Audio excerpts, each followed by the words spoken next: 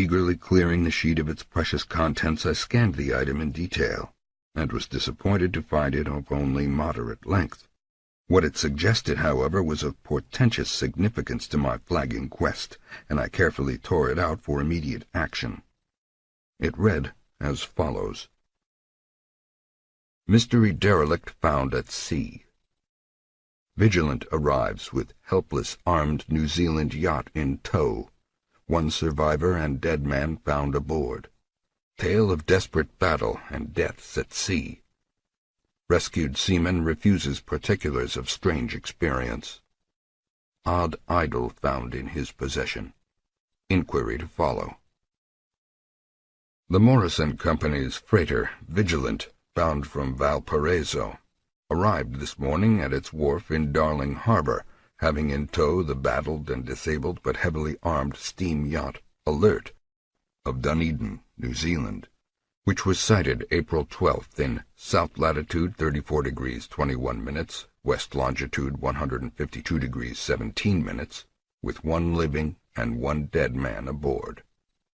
The Vigilant left Valparaiso March 25th, and on April 2nd was driven considerably south of her course by exceptionally heavy storms and monster waves. On April 12th, the derelict was sighted, and though apparently deserted, was found upon boarding to contain one survivor in a half-delirious condition, and one man who had evidently been dead for more than a week. The living man was clutching a horrible stone idol of unknown origin, about a foot in height, regarding whose nature authorities at Sydney University, the Royal Society, Street, all profess complete bafflement, and which the survivor says he found in the cabin of the yacht in a small carved shrine of common pattern. This man, after recovering his senses, told an exceedingly strange story of piracy and slaughter. He is Gustaf Johansen, a Norwegian of some intelligence, and had been second mate of the two-masted schooner Emma of Auckland, which sailed for Cayeux February 20th with a complement of 11 men. The Emma, he says, was delayed and thrown widely south of her course by the great storm of March 1st, and on March 22nd, in south latitude 49 degrees 51 minutes, west longitude 128 degrees 34 minutes, encountered the Alert, manned by a queer and evil-looking crew of Kanakas and half-castes.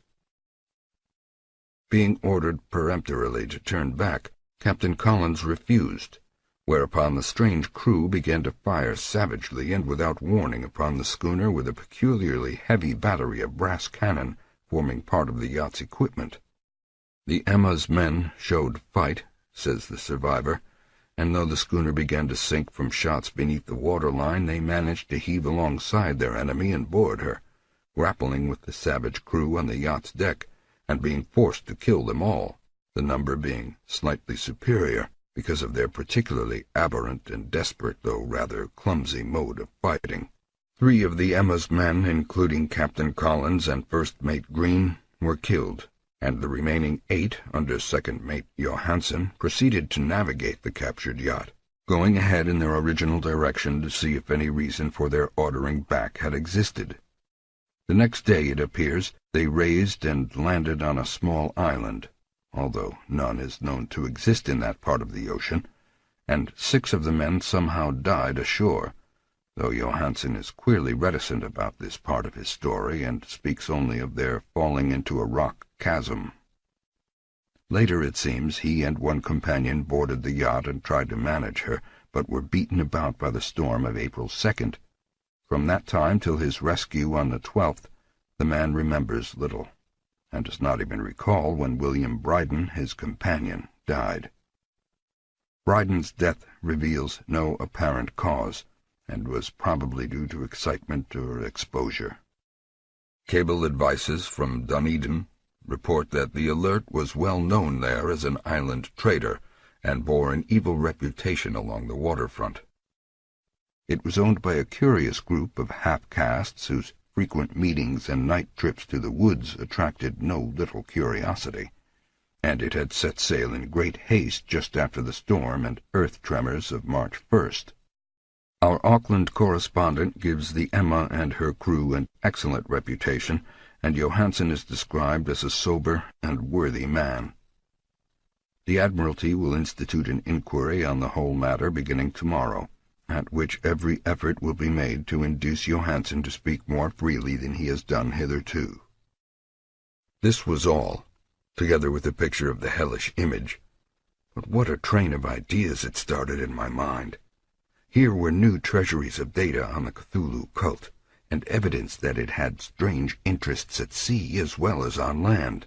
What motive prompted the hybrid crew to order back the Emma as they sailed about with their hideous idol? What was the unknown island on which 6 of the Emma's crew had died, and about which the mate Johansen was so secretive? What had the Vice-Admiralty's investigation brought out, and what was known of the noxious cult in Dunedin? And most marvelous of all, what deep and more than natural linkage of dates was this which gave a malign and now undeniable significance to the various turns of events so carefully noted by my uncle? March 1st, or February 28th, according to the international dateline, the earthquake and storm had come. From Dunedin, the Alert and her noisome crew had darted eagerly forth as if imperiously summoned, and on the other side of the earth poets and artists had begun to dream of a strange, dank, cyclopean city, whilst a young sculptor had moulded in his sleep the form of the dreaded Cthulu. March 23rd, the crew of the Emma landed on an unknown island and left 6 men dead, and on that date the dreams of sensitive men assumed a heightened vividness and darkened with dread of a giant monster's malign pursuit, whilst an architect had gone mad and a sculptor had lapsed suddenly into delirium. And what of this storm of April 2nd, the date on which all dreams of the dank city ceased, and Wilcox emerged unharmed from the bondage of strange fever?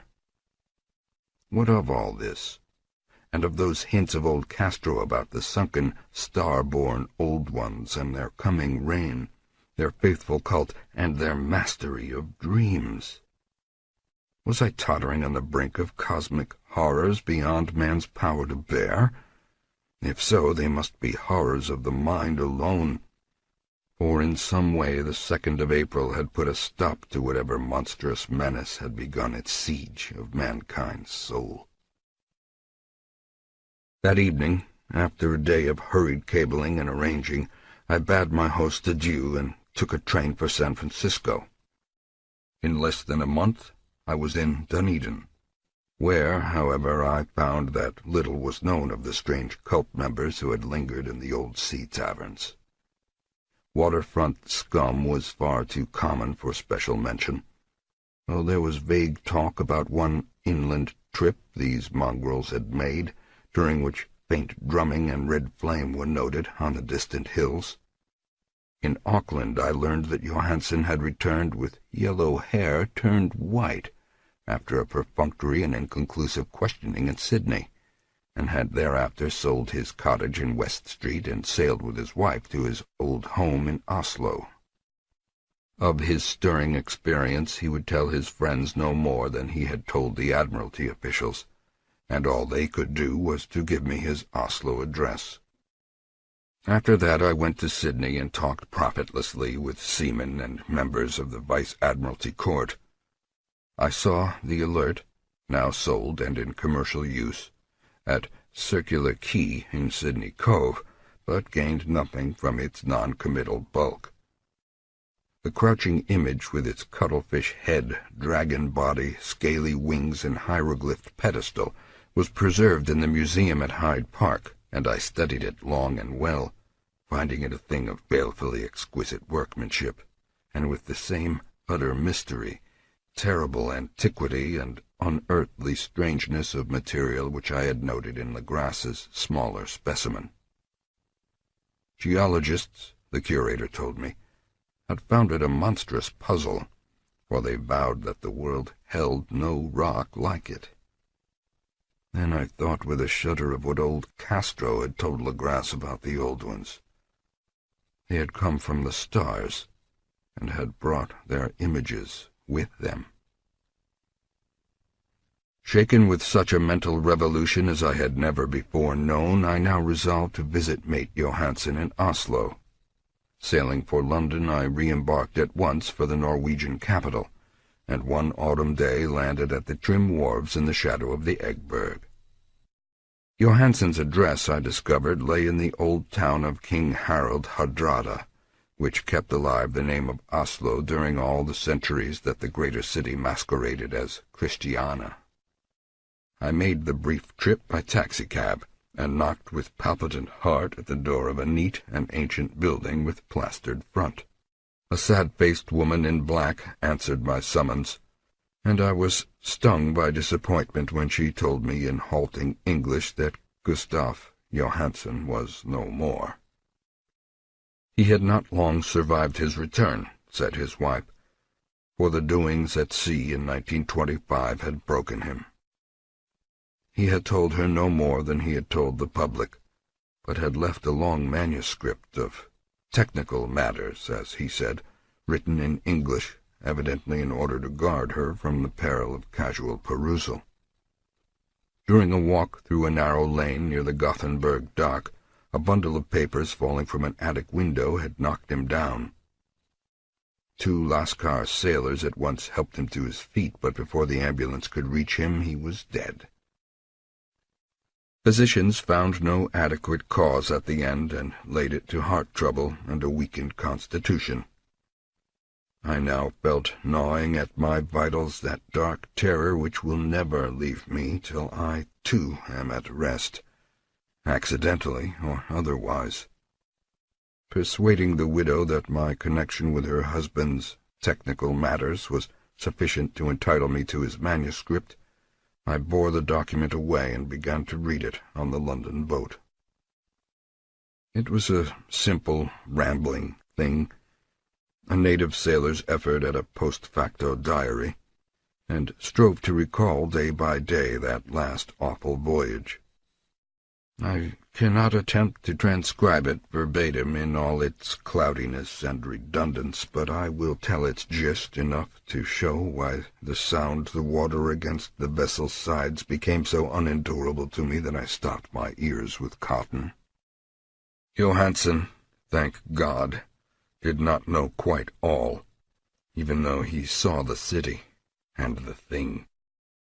But I shall never sleep calmly again when I think of the horrors that lurk ceaselessly behind life in time and in space, and of those unhallowed blasphemies from elder stars which dream beneath the sea, known and favored by a nightmare cult ready and eager to loose them upon the world whenever another earthquake shall heave their monstrous stone city again to the sun and air.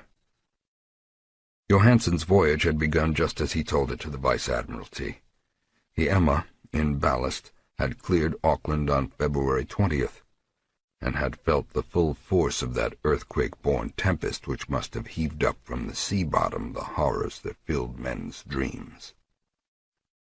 Once more under control, the ship was making good progress when held up by the Alert on March 22nd, and I could feel the mate's regret as he wrote of her bombardment and sinking. Of the swarthy cult fiends on the Alert he speaks with significant horror. There was some peculiarly abominable quality about them which made their destruction seem almost a duty, and Johansen shows ingenuous wonder at the charge of ruthlessness brought against his party during the proceedings of the Court of Inquiry.